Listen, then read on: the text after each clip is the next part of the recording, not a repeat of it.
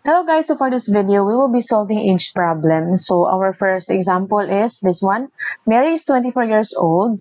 Then Mary is twice as old as Anne was when Mary was as old as Anne is now. How old is Anne now? So we have to take note first this statement.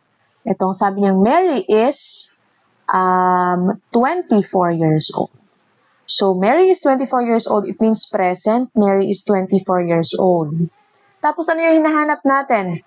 How old is Anne now? Hindi natin alam kung, or yun yung hinahanap natin, kung ano yung edad ni Anne. So, bali hindi natin alam, so we will put a variable x.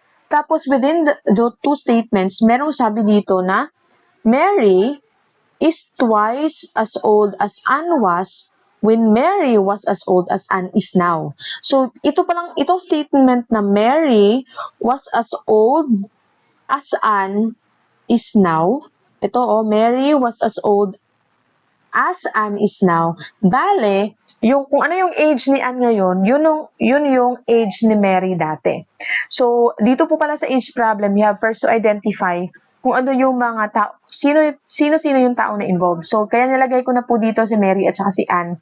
At you have to identify if it's past, present, or future. So, dito meron is, that's present, was, so that's past. Kaya inilagay ko na rin po dito.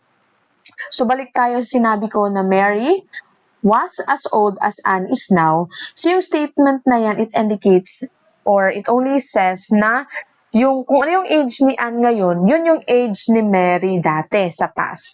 So, kasi hindi natin alam yung age ni Anne ngayon, which is nilagay natin na x, kaya nilagay din natin na x, yung age ni Mary sa past.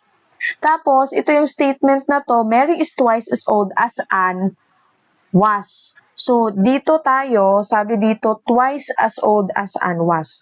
So, bale, itong age ni Mary ngayon, kasi Mary is, tapos Anne was. So, yung age ni Mary ngayon is twice siya, no, doon sa age ni Anne dati. So, bali, this is 12. Kasi 12 times 2 is 24. Now, we will equate the age of Anne and the age of Mary. So, lagay natin Mary equals Anne. Okay, equate lang natin sila. Tapos dito, si Mary, present ni Mary minus past ni Mary. So, bali, anong present ni Mary? That's 24. Minus past ni Mary, which is x. Tapos, same is true, present ni Anne minus past ni Anne, which is 12. Tapos, isi-simplify lang po natin yung ating equations, transpose to the other side, yung mga may variable at walang variable. So, itong negative 12, let's transpose that to the other side, of course. It will become 24 plus 12.